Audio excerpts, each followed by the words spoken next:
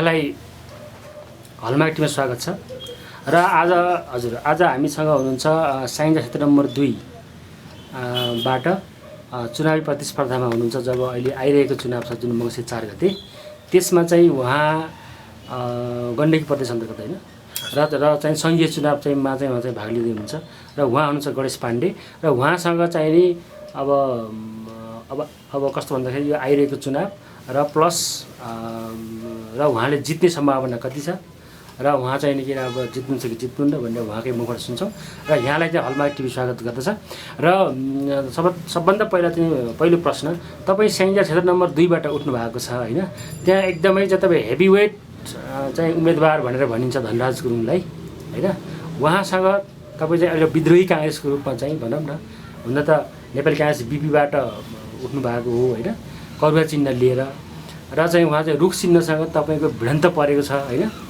र चाहिँ नि कस्तो भयो, तपाईँलाई कस्तो आशा हो कि तपाईँ काङ्ग्रेसबाट चाहिँ रुष्ट भएका मान्छेहरूले तपाईँलाई भोट हाल्छन् भनेर उठ्नु भएको हो कि साथै जित्छु भनेर उठ्नु भएको? नमस्कार श्यामजी। हजुर, यो हलमार्क टेलिभिजनमा मलाई आफ्ना केही विचारहरू राख्ने जुन समय दिनुभयो, दिएर जसरी चाहिँ यहाँले मलाई निमन्त्रणा गर्नुभयो त्यसको लागि चाहिँ सर्वप्रथम यहाँलाई धन्यवाद छ। र यहाँले भनेका जुन प्रश्नहरू छन् नितान्त आफैमा सान्दर्भिक पनि छन् र यो समय सापेक्ष पनि हो। र आसन्न निर्वाचन मङ्सिर 4 गते हुँदै गरेको चाहिँ निर्वाचनको लागि नेपालका सम्पूर्ण राजनीतिक पार्टीहरू चुनावमा भाग लिँदै गर्दाखेरि हाम्रो party Nepali Congress BP party पनि संसदीय व्यवस्थालाई चाहिँ अंगीकार गर्ने भएको कारणले हामी पनि निर्वाचनमा जाँदैछौँ। त्यसकारणले अब चाहिँ यहाँले भने जस्तो ठुला राजनीतिक पार्टीका उम्मेदवारसँग तपाईँको ठुलो भिडन्त चाहिँ छ। यसमा चाहिँ तपाईँ कसरी प्रस्तुत गर्नुहुन्छ, चुनाव जित्नुहुन्छ कि जित्नुहुन्न भन्ने जुन सवाल छ, राजनीतिमा जित हार स्वाभाविक कुरा हो। र कसैले राज्य दोहन गर्नुको लागि हामी जसरी पनि जित्नै पर्छ भनेर लाग्ने एउटा सोच बोकेर हिँडेको राजनीतिक पार्टी छ।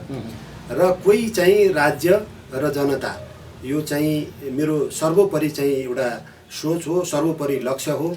अनि देश रह्यो भने हामी जनता रहन्छौँ, अब देशै रहेन भने हामी चाहिँ नेपाली भनेर चाहिँ बस्न सक्ने अवस्था रहँदैन। देशको चाहिँ विकृति, विसङ्गति, भ्रष्टाचार, ज्यादती, अत्याचारका चाहिँ विरुद्धमा चाहिँ हाम्रो नेपाली काङ्ग्रेस बीपी पार्टी स्थापना भएको 2074 सालमा। र हामीले अति ठुला राजनीतिक पार्टीहरू जो 46 सालदेखि आजसम्म निरन्तर रूपमा देशमा शोषण गरेर हिँडेका छन्, जनतालाई विभिन्न खालका लोभ लालसा देखाएर चाहिँ ढाँटेर उनीहरूको मन जितेर चाहिँ यहाँ संसदमा आएका छन्। अनि तिनीहरूसँग चाहिँ प्रतिस्पर्धा गर्नलाई हामीलाई त्यति सहज चाहिँ छैन होइन। हामी मानसिक रूपमा र सैद्धान्तिक रूपमा चाहिँ नेपालका सम्पूर्ण राजनीतिक पार्टीभन्दा हामी सैद्धान्तिक रूपमा चाहिँ हामी धनी छौँ होइन। त्यसकारणले गर्दा हाम्रो चाहिँ पछाडि अथवा अगाडि को छ त भनेर भन्दाखेरि केवल नेपाली जनता मात्रै छन्। हामीसँग सम्पत्ति पनि छैन।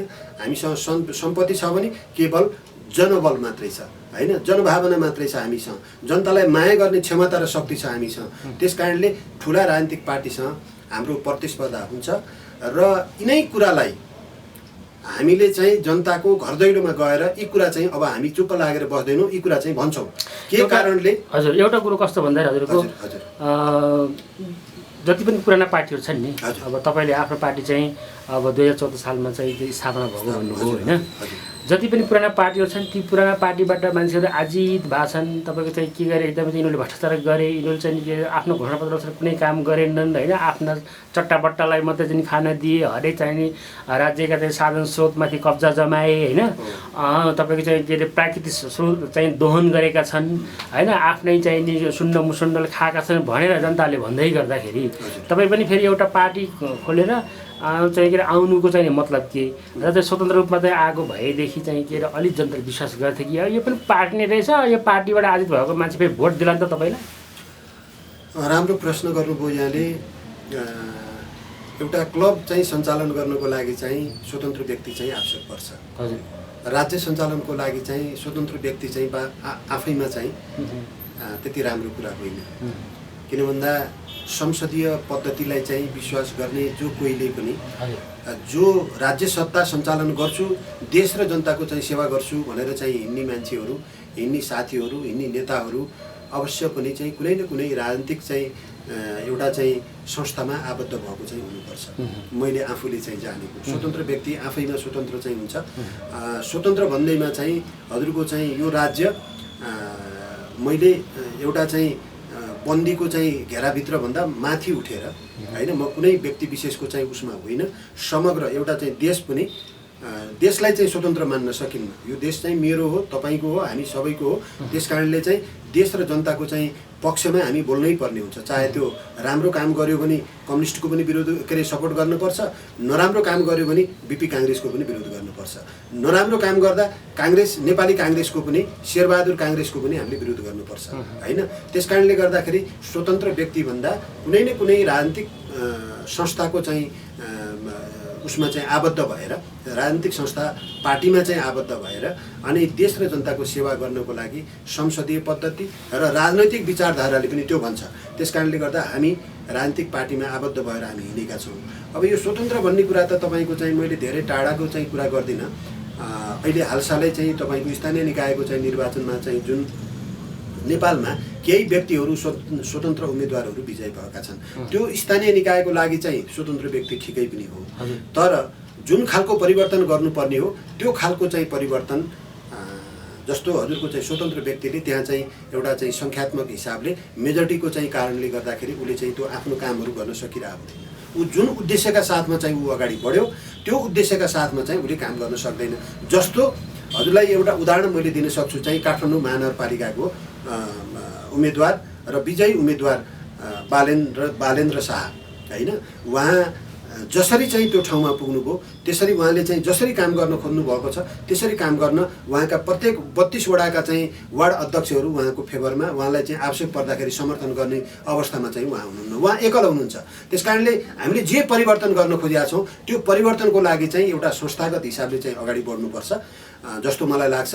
त्यही कारणले गर्दाखेरि पनि उहाँ महानगरपालिकाको चाहिँ एउटा स्वतन्त्र उम्मेदवार हुँदाखेरि त्यहाँको कठिनाइलाई मध्यनजर गरेर उहाँ चाहिँ जुन चुनाव चिन्ह लिएर चाहिँ उहाँ स्वतन्त्र उम्मेदवार हुनुहुन्थ्यो, त्यो स्वतन्त्र उम्मेदवारहरूको चाहिँ एउटा टिम, त्यही लौरोको चाहिँ टिम चाहिँ लिएर उहाँले राजनीतिक पार्टीमा परिणत गरेर फेरि चाहिँ त्यही हिसाबले अगाडि बढ्नुपर्छ भनेर अहिलेको चाहिँ अब हजुरले सङ्घीय भन्नुभयो, मैले चाहिँ त्यो सङ्घीय भन्न मलाई मन लाग्दैन।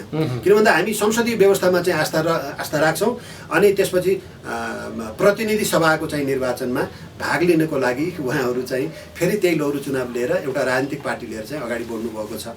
त्यसकारणले राजनीतिक पार्टी चाहिँ अवश्य हुनुपर्छ। स्वतन्त्र व्यक्ति भन्ने कुरा चाहिँ राज्य यस्तो छ कि कुरा कस्तो छ भन्दाखेरि जस्तै यसरी चुनेर जाने होइन, जनतालाई अनेक आश्वासन दिने, ढाँट्ने, छल्ने होइन, यस्तो गर्छौँ भन्ने अनि 5 वर्षको लागि चाहिँ गएर चाहिँ प्याक भइहाल्ने अनि चाहिँ के जनताको मत लिएर जाने।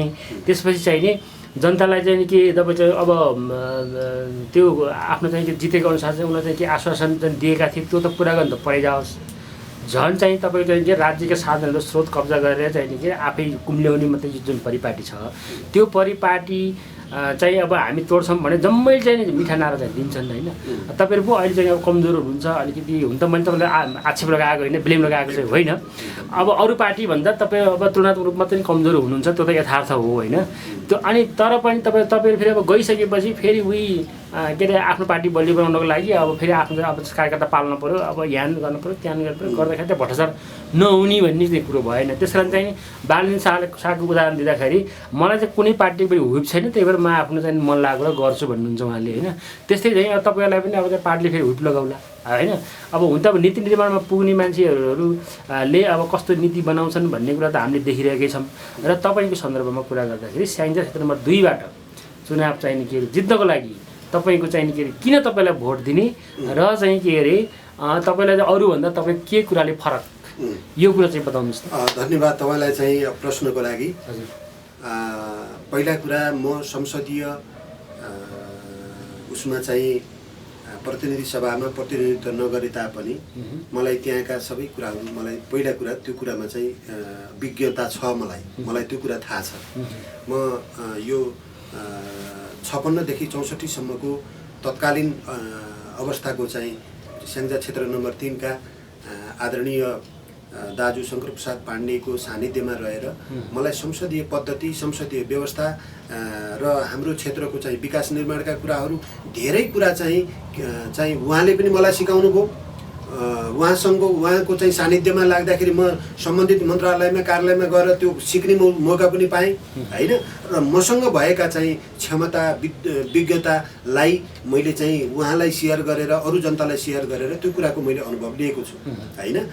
अनि त्यो ठाउँमा म किन गएँ र त्यो ठाउँमा गएर त्यहाँका जनताले मलाई नै भोट दिनुपर्छ कारण के होइन र मैले जित्न सक्छु त भन्ने खालको कुरा चाहिँ हजुरले जुन प्रश्न गर्नुभएको छ त्यो चाहिँ मैले हजुरलाई लिपिबद्ध क्रमिक रूपमा मैले चाहिँ हजुरलाई भन्न चाहन्छु।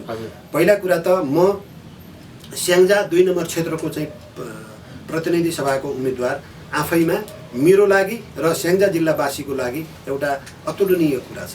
उहाँहरूको खुसीको लागि छ, मेरो चाहिँ गौरवको कुरा छ।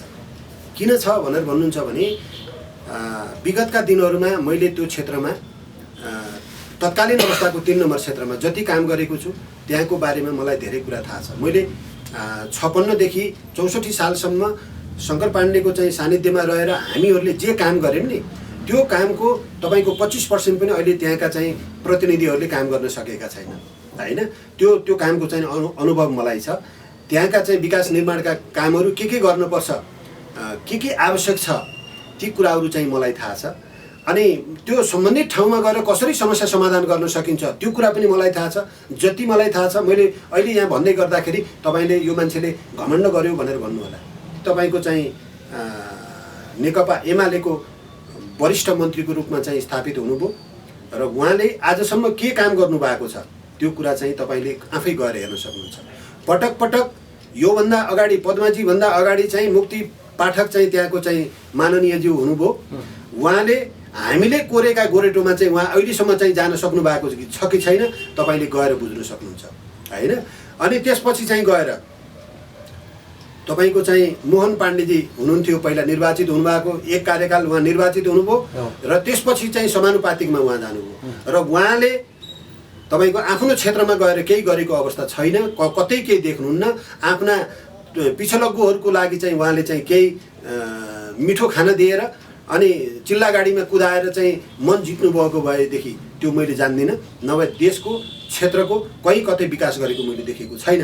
र उहाँहरू कस्तो मान्छे हो त भन्दाखेरि हाम्रो स्याङ्जा जिल्लाको चाहिँ एउटा नमुनाको रूपमा गोपालमान पछिको चाहिँ तपाईँको चाहिँ मन्त्रीमण्डलमा चाहिँ गएको भनेको हाम्रो चाहिँ चेली त्यो क्षेत्रको चाहिँ माननीयज्यू पद्मा अर्याल मात्रै हो, नभए अरू जम्मै ताली पिट्ने मात्रै हो। काङ्ग्रेसको लागि कम्युनिस्टको लागि ताली पिट्ने, कोरम पुर्याउने, सङ्ख्यात्मक हिसाबले चाहिँ देखाउने अनि त्यसपछि चाहिँ संसदमा बसेर देशलाई चाहिँ ब्रह्मलुट गरेर खाने खालका चाहिँ कामको लागि मात्रै उहाँहरू प्रस्तुत हुनुभयो।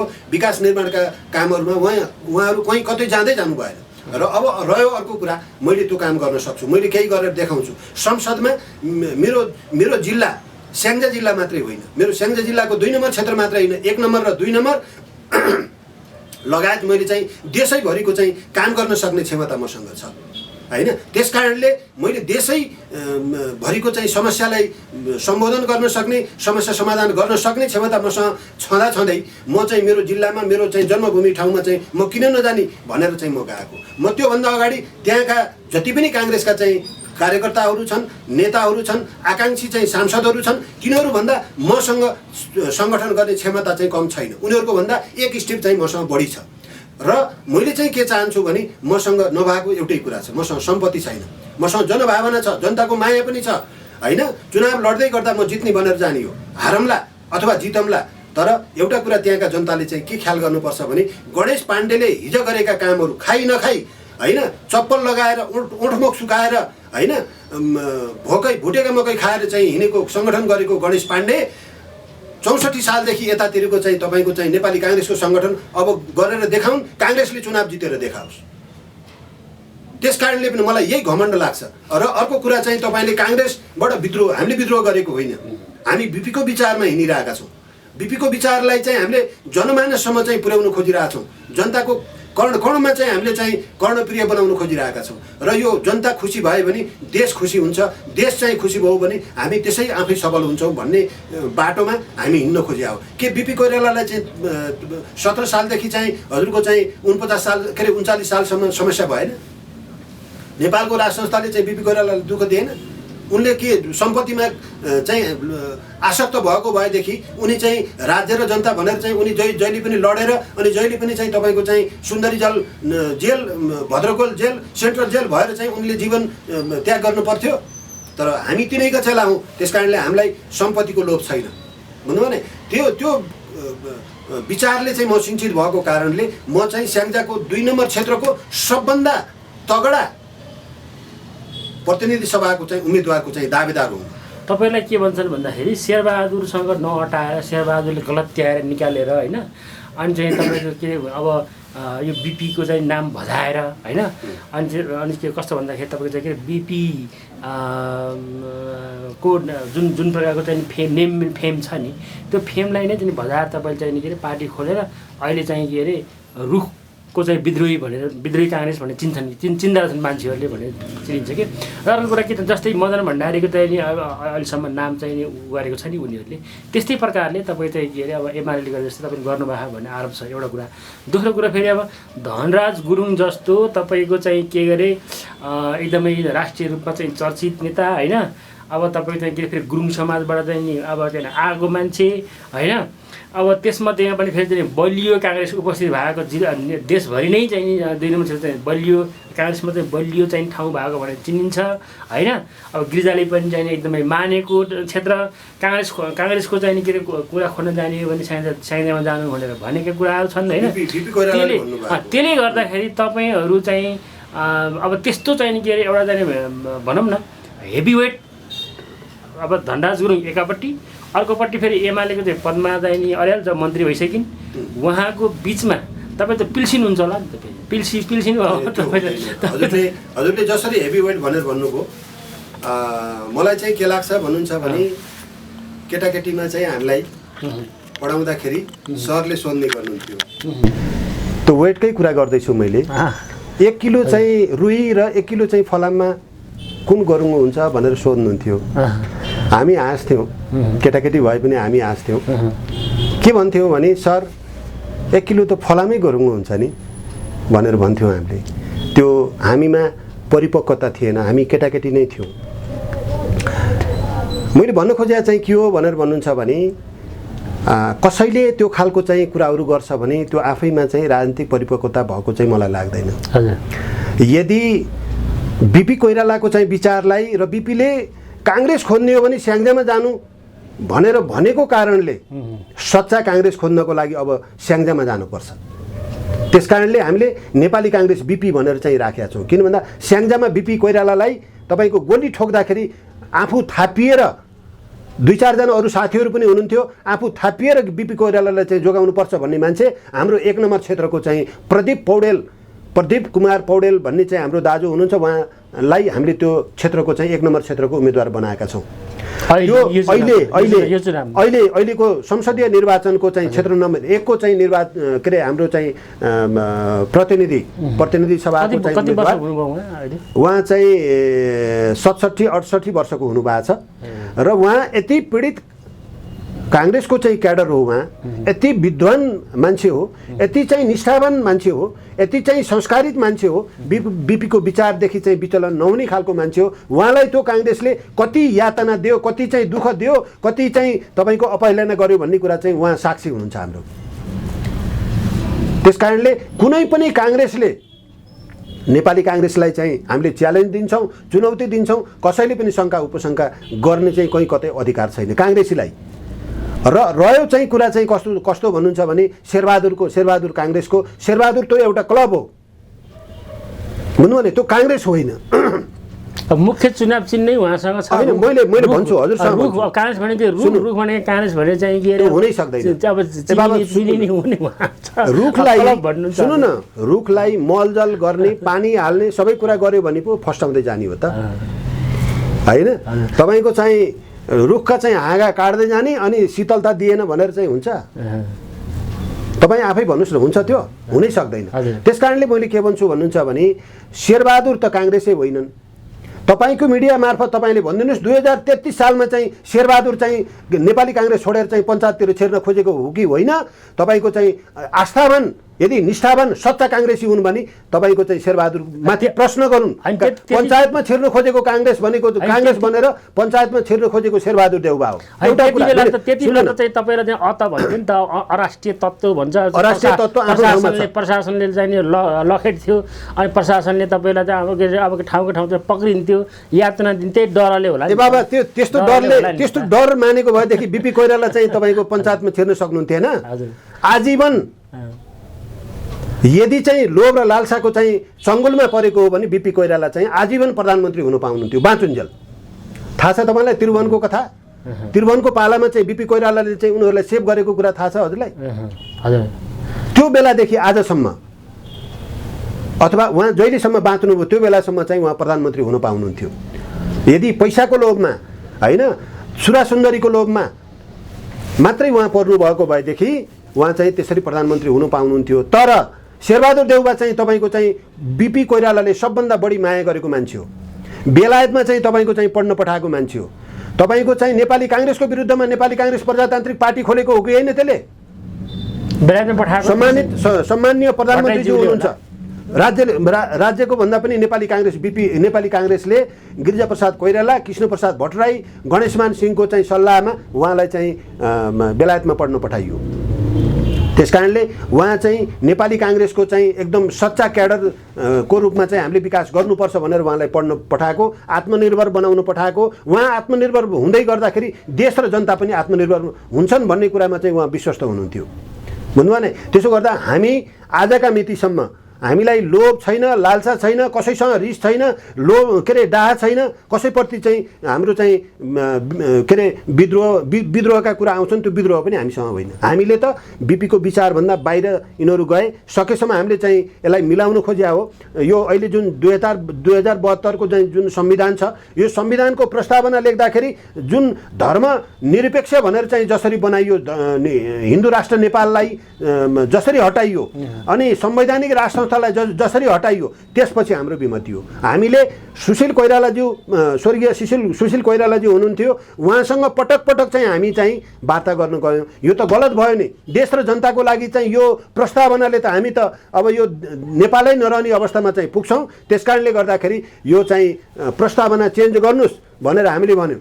आज भन्यौँ, 2 दिनपछि भन्यौँ, 4 दिनपछि भन्यौँ, 1-1.5 हप्तापछि भन्यौँ। उहाँले चाहिँ मैले केही गर्न सक्ने अवस्था रहेन, तपाईँहरूले जे गर्न मन लाग्छ गर्नुहोस् भनेर भनिसकेपछि हामीले विभिन्न खालका चाहिँ हामीले चाहिँ चुनौतीका चाहिँ पत्रहरू हामीले चाहिँ लिखित रूपमा प्रधानमन्त्रीलाई पनि पेश गऱ्यौँ। संसदीय यो हाम्रो चाहिँ संसद सचिवालयको चाहिँ महासचिव मनोहर भट्टराई दाजु हुनुहुन्थ्यो, उहाँलाई पनि हामीले भन्यौँ। अनि स्थानीय विकास मन्त्रीलाई पनि ज्ञापन पत्र दियौँ। प्रत्येक चाहिँ तपाईँको जिल्लाको चाहिँ जिल्ला प्रशासन कार्यालयको प्रमुख सिडिओलाई पनि हामीले लिखित रूपमा ज्ञापन पत्र दियौँ। अनि त्यसबाट सुनवाई नभइसकेपछि हामीले 2072को चाहिँ प्रस्तावना चाहिँ हामीले च्यातेर अनि हामीले चाहिँ जलाइदिएर त्यसपछि यो संविधान मुर्दा हो, त्यसकारणले हाम्रो संस्कार अनुसार मान्छे मरिसकेपछि एकहोरो शङ्ख फुक्नुपर्छ भनेर हामीले बानेश्वरको संसद भवनको वरिपरि परिक्रमा गरेर एकहोरो शङ्ख फुकेर हामीले मरेको लासलाई विसर्जन गरियो। त्यसपछि हामीलाई प्रहरीले चाहिँ हस्तक्षेप गरेर तीनकुनेको प्रहरी कार्यालयमा चाहिँ थुन्यो अनि त्यसपछि बिना शर्त हामीलाई छोडेको अवस्था छ हैन। त्यसकारणले गर्दाखेरि हामी नेपाली काङ्ग्रेस बिपी मान्नुहोस् देश र जनताको चाहिँ लागि मात्रै स्थापना भएको, कुनै हाम्रो व्यक्तिगत स्वार्थ, कुनै पार्टीको स्वार्थ केही कुरामा चाहिँ हामी छैनौँ। स्याङ्जामा तपाईँ चाहिँ अब के अरे लड्दै गर्दाखेरि अब त्यहाँ मतदाता सङ्ख्या चाहिँ कति तपाईँलाई थाहा होला होइन? थाहा छ मलाई। अनि अब त्यसमध्येमा तपाईँलाई कति अब 2-4% भोट आउँछ कि कसो के होला तपाईँलाई? होइन, मैले चुनावमा चाहिँ म जनताको चाहिँ घर दैलोमा चाहिँ जाँदै गर्दाखेरि त्यहाँका जनतासँग चाहिँ दुःख सुख साटासाट गर्ने क्रममा चाहिँ जाँदाखेरि चाहिँ म चुनाव जित्ने नै भनेर जाने हो। त्यहाँका साना राजनीतिक पार्टीहरूसँग म एकताको कुरा पनि गर्दैछु। मलाई समर्थन चाहिँ तपाईँहरूले गर्नुहोस्, किन भन्दा समर्थन गर्दाखेरि तपाईँहरूलाई पनि फाइदा छ। समर्थन गर्नु भएन यदि भने तपाईँहरूलाई पनि घाटा छ, मलाई पनि घाटा छ। हामी दुईटा चाहिँ टिमलाई मात्रै घाटा होइन, देश र जनताको लागि पनि घाटा छ। किन घाटा छ भन्नुहुन्छ भने अनि चाहिँ यो जुन छ नि रुखबाट उठ्नु भएको धनराज गुरुङसँग पनि तपाईँको इन्ट्रेक्सन भइरहेको होला नि? होइन, त्यस्तो छैन। मैले चाहिँ कस्तो भने मेरो अब सहकर्मी भनौँ भने हामी एन्टी पार्टी हो, छुट्टा छुट्टै चाहिँ हाम्रो पार्टी छ, तर सहयात्रा चाहिँ हामी गरिरहेछौँ विभिन्न राजनीतिक पार्टीको उसबाट। उहाँ चाहिँ नेपाली काङ्ग्रेसबाट हुनुहुन्छ, मसँग उहाँ प्रतिस्पर्धा गर्दै हुनुहुन्छ होला। उहाँ चाहिँ नेपाली काङ्ग्रेसको चाहिँ उपसभापति हो। हजुरले अघि नै पनि भन्नुभयो गुरुङको छोरा हो। हामीलाई चाहिँ गुरुङ मगर तपाईँको चाहिँ बाहुन छेत्री नेवार कामी दमाई भन्ने कुरो चाहिँ होइन, हामी त्यसमा छँदै छैनौँ। उहाँले त मैले जितेर गएँ भने यो सिद्धार्थ राजमार्गलाई मैले 4 लेनको बनाउँछु भनेर उहाँले त गफ दिइसक्नुभयो। अब त्यस्ता हास्यास्पद कुरा गरेर अर्थ छैन। तपाईँको चाहिँ यहाँ के भइरहेछ, तपाईँको सिद्धार्थ राजमार्ग हेर्नुहोस् कस्तो छ अवस्थामा। होइन, उहाँले 4 लेनको बनाउने रे। होइन, उहाँले 4 लेनको बनाएर उहाँले बनाउने होइन नि त। राज्यको सम्पत्ति चाहिँ उ गरेर खर्च गरेर त्यसलाई चाहिँ इलाज गर्ने हो। होइन, त्यो त उहाँले गरे पनि उहाँले गर्नुहुन्छ, उहाँले नगरे पनि तपाईँको अर्को मान्छे निस्किएला। मैले जितेँ भने मैले चाहिँ अवश्य गर्छु। एउटा कुरा 4 लेनको बनाउँदै गर्दा तपाईँको पूर्वाधार के छ? तपाईँको हिजोको चाहिँ तत्कालीन अवस्थाको राज संस्थाले हुकुम प्रमाङ्गी गरेर दिएका घरहरूलाई चाहिँ तपाईँले के गर्नुहुन्छ? त्यसको विकल्प हामीसँग छ कि छैन? यदि चाहिँ त्यो संस्थाले चाहिँ देश र जनताको लागि त गरे रहेछ नि त। राजाले बनाउँदै जाने अनि यी तपाईँको चाहिँ पञ्चाङ्ग्रेसहरू चाहिँ आएर चाहिँ अनि उनीहरूले बिगार्दै जाने, त्यस्तो पनि हुन्छ? तपाईँको चाहिँ त्यो बेलाको तत्कालीन अवस्थाको राज संस्थाले स्थापना गरेका संस्थानहरू, उद्योग कल कारखानाहरू आजसम्म चाहिँ तपाईँको चाहिँ सञ्चालनमा आएको भएदेखि हामी पनि मलाई लाग्छ आर्थिक अवस्थामा चाहिँ एकदमै क्यापेबल हुन्थ्यो। कसैको चाहिँ तपाईँको चाहिँ हामी श्रम शोषण गर्नलाई अरूको देशमा चाहिँ जानुपर्ने अवस्था चाहिँ थिएन। त्यस कारणले गर्दा यसको चाहिँ भागीदार को त? तिनै धनराज गुरुङ पनि हुन्। भन्नुभयो नै, यहाँ चाहिँ तपाईँको चाहिँ थरको कारणले मैले गुरुङ भने, नभए मलाई जात जाति भाषा भाषी धर्म योसँग केही कुराको चाहिँ लेनदेन छैन। केही म त्यसमा चाहिँ कुनै माने राख्दिनँ। केवल मलाई माने के छ भनेर भन्नुहुन्छ भने नेपाली भनेर चाहिँ मैले चिन्छु होइन। नेपाली भनेर भन्दै गर्दाखेरि मलाई गर्व हुनुपर्छ। नेपालका सम्पूर्ण चाहिँ तपाईँको चाहिँ 3.25 करोड जनतालाई चाहिँ गर्व हुनुपर्छ। होइन, गणेश पाण्डे भनेर चाहिँ मान्छेले त्यति चिन्दैनन् होइन। तर धनराज गुरुङ भनिसकेपछि अब होल नेपालले चिन्छ। त्यसले गर्दाखेरि मैले हेभी वेट भन्न चाहिँ त्यहाँ होइन। धन्यवाद श्याम सर, हजुरलाई मैले चाहिँ धेरै धन्यवाद दिन्छु। र गणेश पाण्डेलाई जसले चिन्दैनन् हलमार्क टेलिभिजन मार्फत चिनिने हजुरले बनाइदिनुहोस्। किन भन्दा हामीसँग न पुँजी छ, न अब पुँजी भनेकै सम्पत्ति हो, हामीसँग सम्पत्ति पनि छैन होइन। अनि त्यसपछि जनतासँग हाम्रो चाहिँ पहिचान छ नभएको होइन। तपाईँको चाहिँ पहिलाको 3 नम्बर क्षेत्रमा चाहिँ जानुहोस् होइन। गणेश पाण्डे के हो, गणेश पाण्डेले हिजो कस्तो काम गरेका थियो, देश र जनताको लागि चाहिँ उसले के काम गर्न सक्छ भन्ने कुरा चाहिँ त्यहाँका जनताले मूल्याङ्कन गरेका छन्।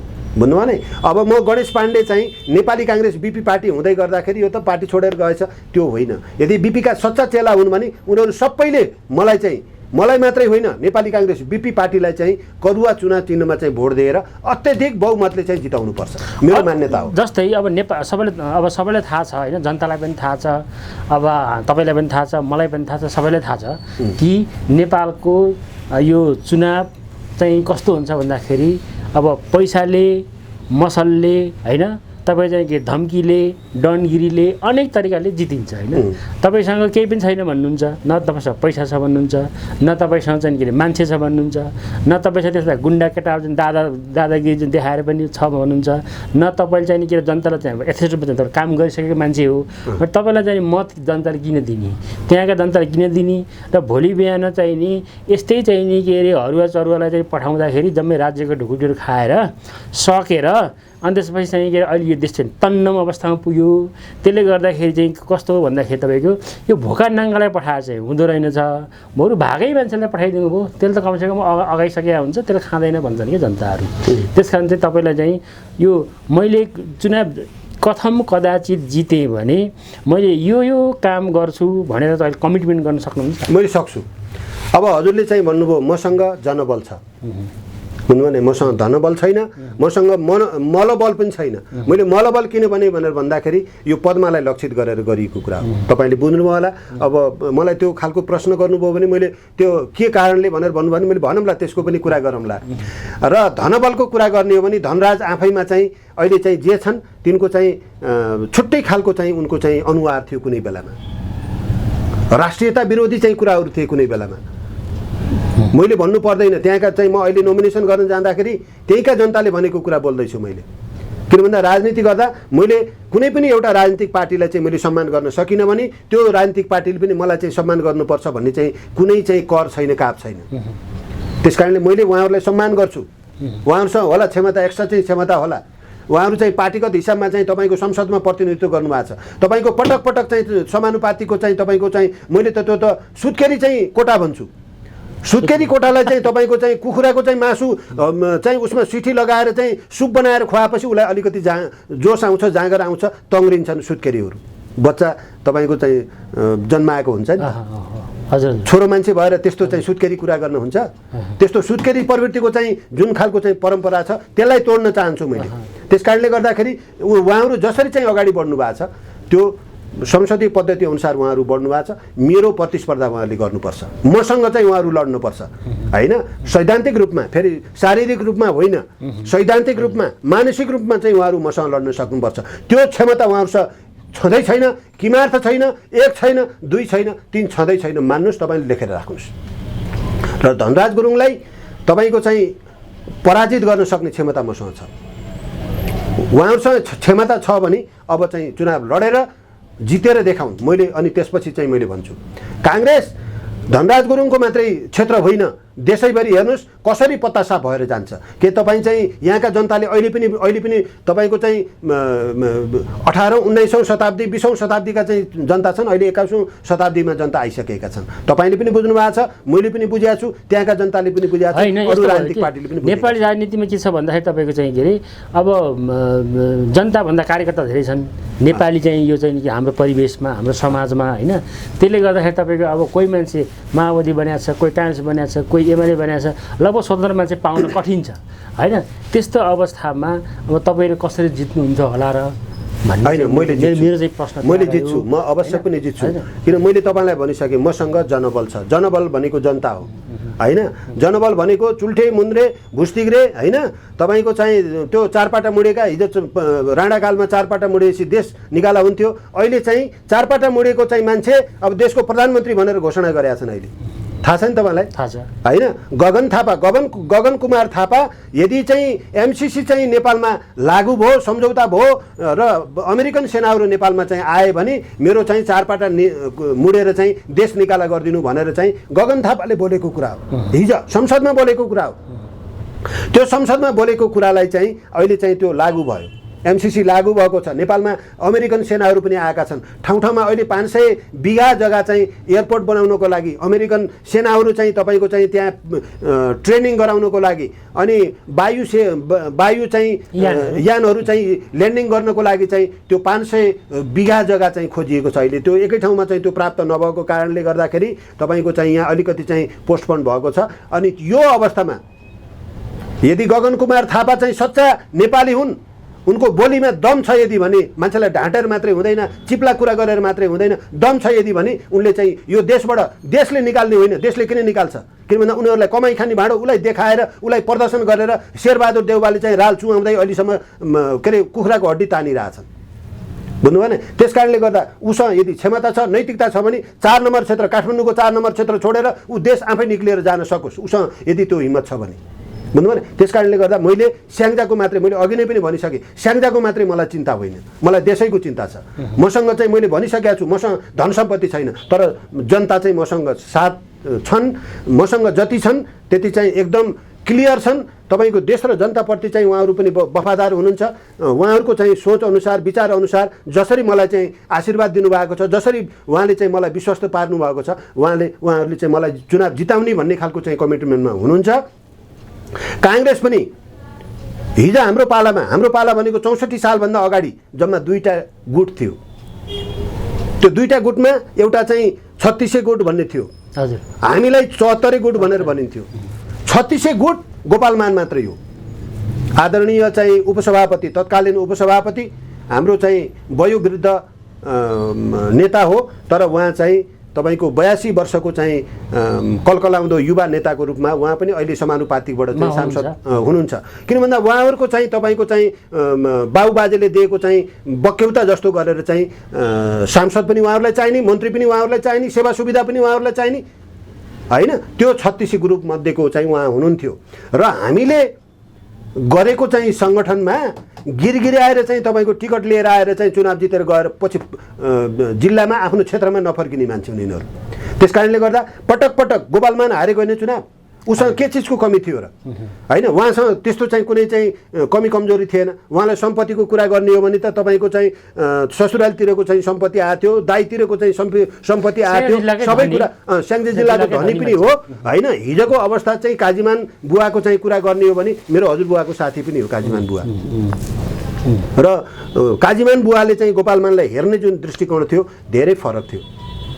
हामीसँग चाहिँ हामी पनि गाउँको चाहिँ एउटा साहुको नाति हो, म पनि, मलाई पनि सम्पत्तिको चाहिँ अहिले पनि त्यस्तो चाहिँ म आफूलाई देश र जनतालाई त मैले केही गर्न सकिनँ, तर मेरो आफ्नो व्यक्तिगत चाहिँ जीवनमा परिवारको लागि चाहिँ मलाई खाना बस्नको लागि मलाई अहिले पनि मलाई चाहिँ त्यस्तो समस्या छैन। तर मेरो अहिलेसम्मको चाहिँ चिन्ता के हो भनेर भन्नुहुन्छ भने बिपी कोइरालाको विचारमा यहाँका जनताहरू कसरी सुखी हुन्छन्, अन्तर्राष्ट्रिय चाहिँ स्तरमा चाहिँ नेपालको कतिसम्म चाहिँ पहिचान गर्न सकिन्छ भन्ने यो चाहिँ तपाईँको चाहिँ लोकतान्त्रिक आन्दोलन पनि हो। यो एउटा नेपाली काङ्ग्रेस बिपी पार्टीमा मात्रै सीमित होइन, यो लोकतान्त्रिक आन्दोलन हो, जनगणना के अरे जनजागरण जस्तो हैन। हामी जनजागरणमा पनि छौँ हैन। इनकेस अब तपाईँले चाहिँ जित्नुभयो भने स्याङ्जालाई चाहिँ तपाईँले के गर्नुहुन्छ? मैले स्याङ्जालाई सबभन्दा पहिला टु द पोइन्ट, मैले सबभन्दा पहिला त्यहाँका पिछडिएर बसेका कृषकहरूको चाहिँ उत्थानको काम गर्छु पहिला एक नम्बरमा।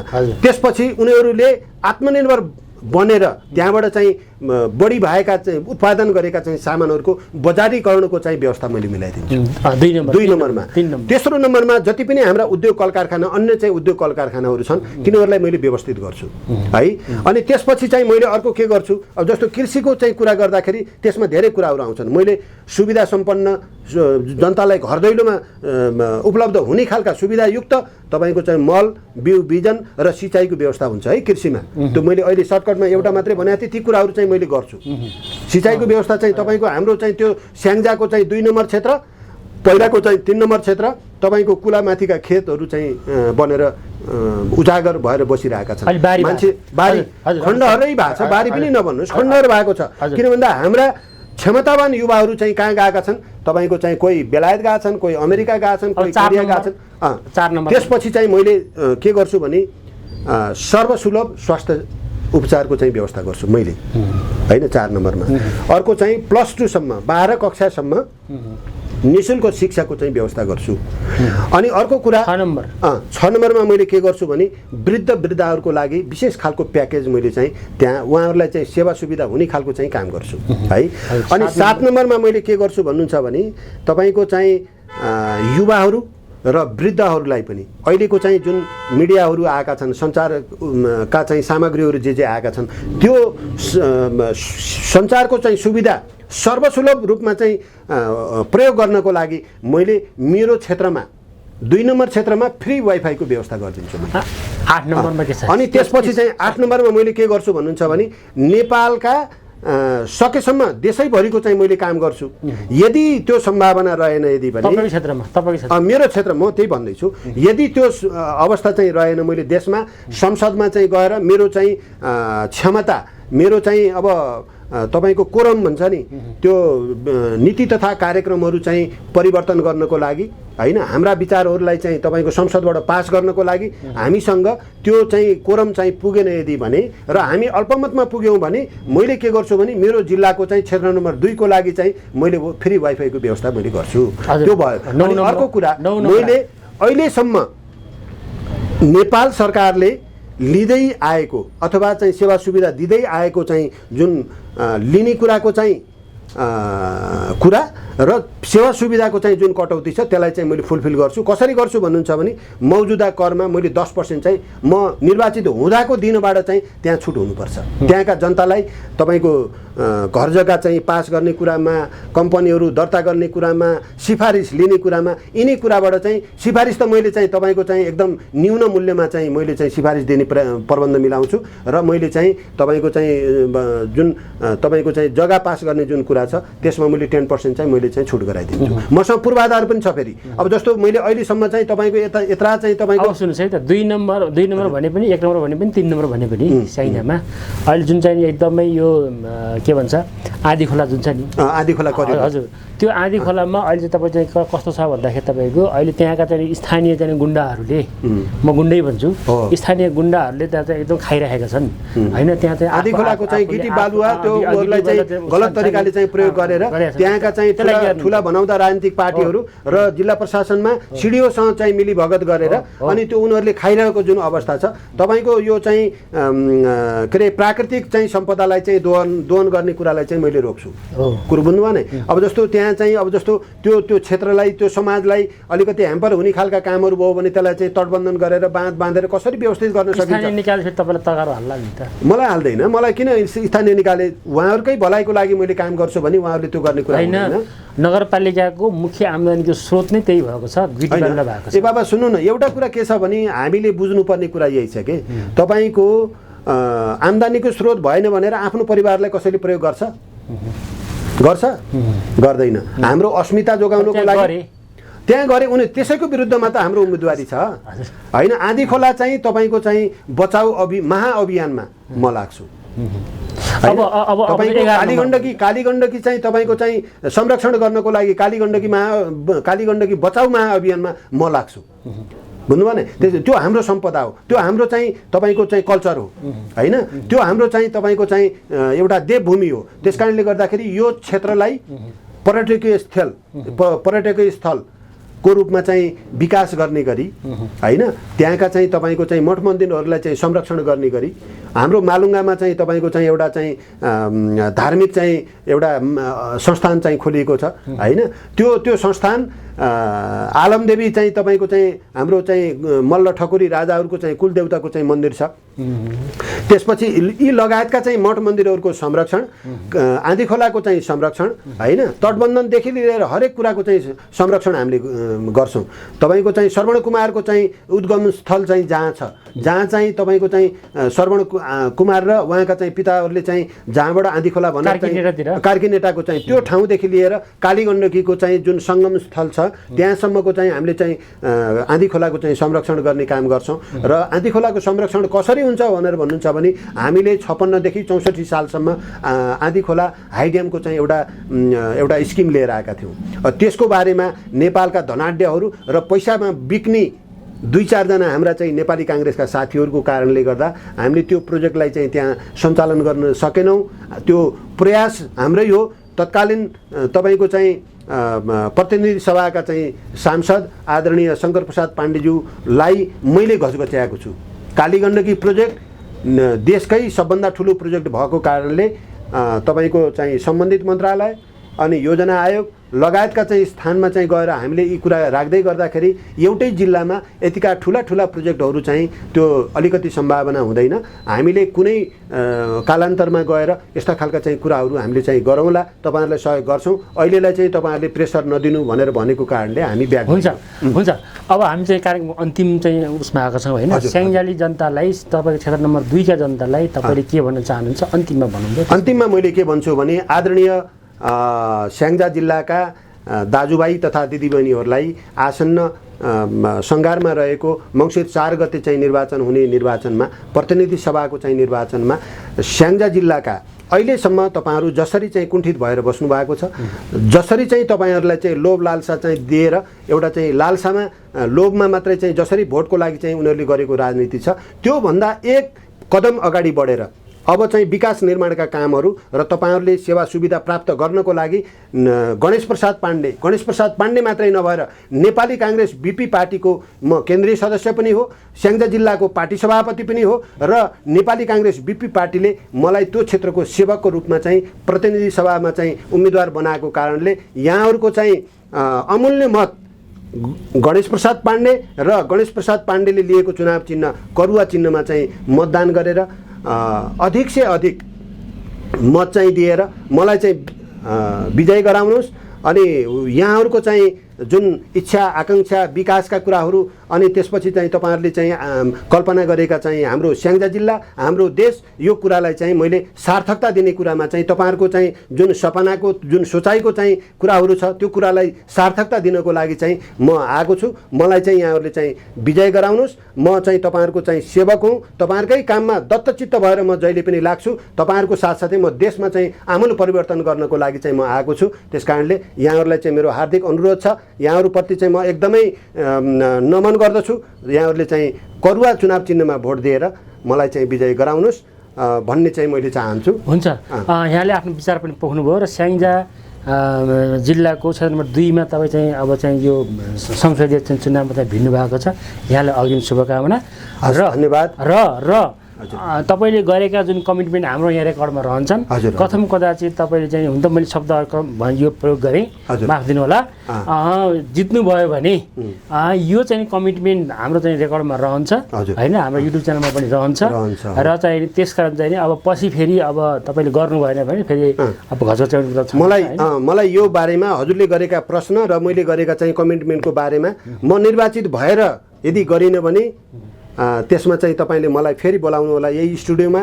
तपाईँहरूको यो स्टुडियोलाई पनि अझै राम्रोसँग स्तरोन्नति गराउनुको लागि पनि मैले भोलिका दिनमा सहयोग गर्छु। यो मैले आज यहाँ मात्रै भनेको होइन र मैले विशेष गरेर तपाईँको चाहिँ जनताको चाहिँ बिचमा गएर मैले गर्ने जुन कमिटमेन्ट छन् त्यो पुरा गरिनँ यदि भने यहीँबाट मलाई चाहिँ तपाईँले चाहिँ नाङ्गेझार पार्नु होला होइन। त्यो कुरालाई चाहिँ मैले कोही कसैको चाहिँ मैले चाहिँ तपाईँको चाहिँ तपाईँहरूलाई चाहिँ त्यो खालको चाहिँ शङ्कास्पद कुराहरू चाहिँ गर्ने छैन। तपाईँहरू निर्धक्क भएर मलाई चाहिँ सोध्नु होला। म चाहिँ एकदम खुला दिलमा म यो कारणले चाहिँ मैले काम गरेँ, यो यति काम गरेँ, यति काम गर्न सकिनँ, यो कामलाई चाहिँ फलानु राजनीतिक पार्टीले मलाई प्रेसर दियो, मेरो चाहिँ के भन्छ अल्पमत भएको कारणले मैले कुरा चाहिँ उठाउँछु संसदमा। मैले मेरा विचारहरूलाई घनीभूत बनाउँछु मैले होइन। अहिलेसम्मका चाहिँ सांसदहरूले गरेको भन्दा भिन्न खालको विचार चाहिँ लिएर म संसदमा प्रस्तुत हुन्छु। जनताका चाहिँ दुःख सुखमा साथ दिने गरी म त्यहाँ पनि जान्छु होइन। मैले त्यो वचनबद्धता गरेको मैले प्रतिज्ञा गरेका कुराहरू चाहिँ यदि मैले पुरा गरिनँ भने म हजुरहरूले जे जस्तो सुकै चाहिँ यातना दिए पनि म त्यो सहन चाहिँ म तयार छु। हजुरहरूको मिडिया मार्फत र त्यहाँका जनताले पनि मलाई चाहिँ त्यो यातना दिँदाखेरि